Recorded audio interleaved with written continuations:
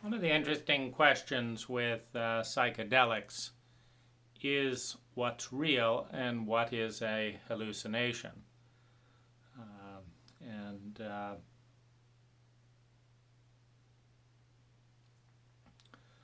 if a cat suddenly comes up into the screen, is that a real cat or a figment of imagination? Um, and that ties in with the larger sense of what is and isn't real on physical and other dimensions. My first relationship with psychedelics was avoidance, tinged with fear. Several teenagers and adults in my teenage years used, I think it was like hash brownies or things like that, had bad trips and were absolutely terrified, presenting themselves to me and in that sense, frightening me that I might not know how to be the best person to support them. There's also the issue with trauma leading to abuse and the fear of the unknown, the fear of being out of control. Then there's the general aura of fear created within the US culture by government propaganda. And finally, a sense of not wanting to take shortcuts and certainly not wanting to get onto an addictive cycle. So that led me to never being drunk, never sampling any psychedelics, until maybe age 38, 39, somewhere in there. The doorway into psychedelics was somewhat roundabout. I was feeling suicidal, but I was also feeling like what I'm doing is not working and I'm not satisfied. And in that sense, do we leave the body or do we come up with some way of creating a satisfying life? Therapy was kind of out after 100 grand and no great breakthrough. My ability to grow through relationships was stymied by repeatedly running into, different ideas of what a relationship should look like and not being able to find available partners for what I thought relationships should look like, particularly around quality time. Then my body was shot from carrying tremendous amounts of grief for most of my life and not knowing how to deal with grief and not understanding the phenomena of childhood trauma. So there's a lot of grief and sadness to this day around, being asked to dissociate in order to accommodate the grown-ups around me that didn't know how to be present for intense emotion and grief as a child. In the exploration, part of the thought was, I've never done it, so let's explore a way of being other than dying. There's also the sense of, as I mentioned in the section on suicide, that if there's not much to lose if the alternative is death. And so I may have some spiritual snobbery. That was another thing around shortcuts. I may not be drawn to psychedelics as a thought, but what's the worst that could happen? And in that, I can always die later. And so that, led to the exploration. And in that exploration, both an opening and a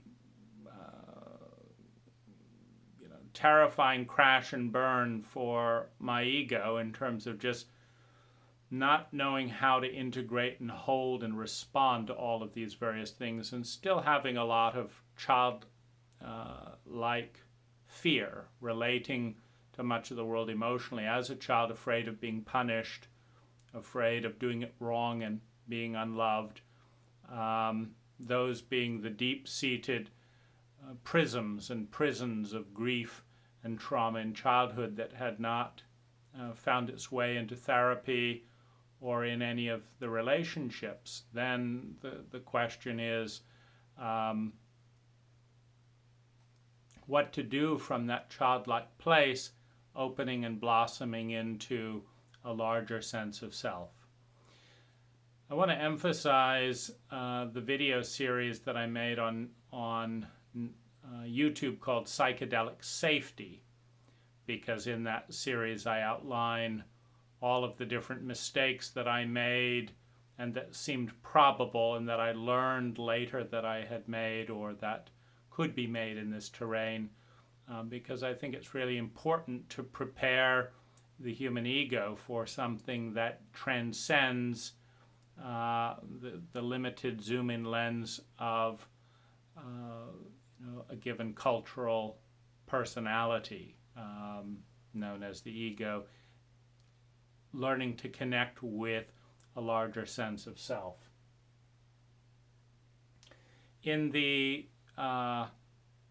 abuse and pain, etc., in the fallout of that psychedelic journey, I found myself going into the darkest parts of fear, addiction, compulsion, etc., in order to partly to avoid looking at the landscape that I didn't know how to respond to and integrate as an adult. I knew how to blame as a child, and so going into repetitive blaming in some way felt comforting as a child, and not looking at this landscape of bigness and greatness in the larger sense of self. In the fighting and back and forth, a slow learning and lifting, and my reflections are that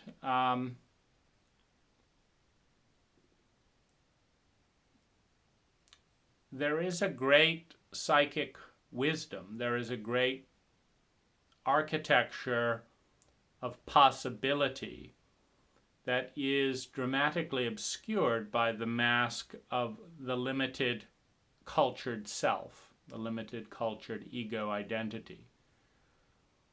And that some kind of an initiation is required to lift out of that personality and connect with the larger sense of self, in that sense to move towards the enlightenment of being aware of who we are beyond the limited small personality.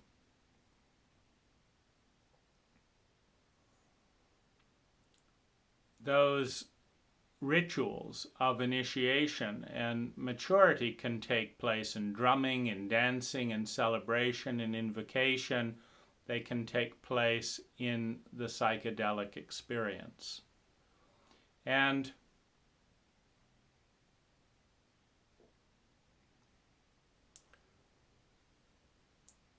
something transcendent, a break with the present personality, moving beyond the sense of self, moving beyond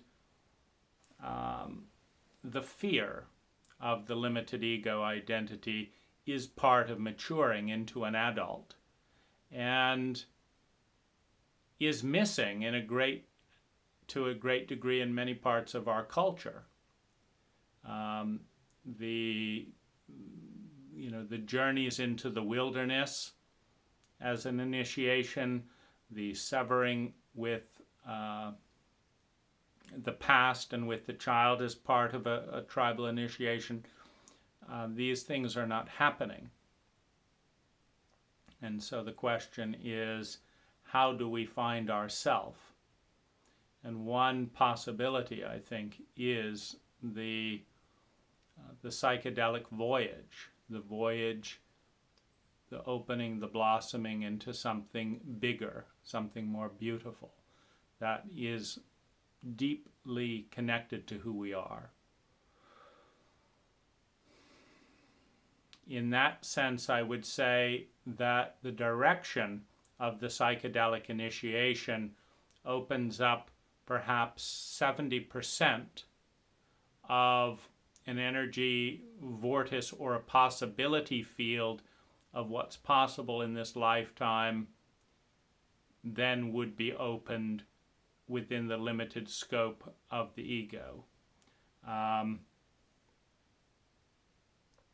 for that I'm very grateful, and have a strong belief that those of us that wish to wake up in a deep and meaningful way beyond the limits of a given lifetime ego,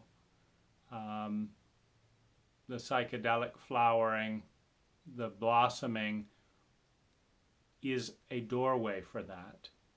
And the key is reverence and respect and a deep love for that which is bigger than the ego, for that which is significantly more graceful and majestic, that can come in.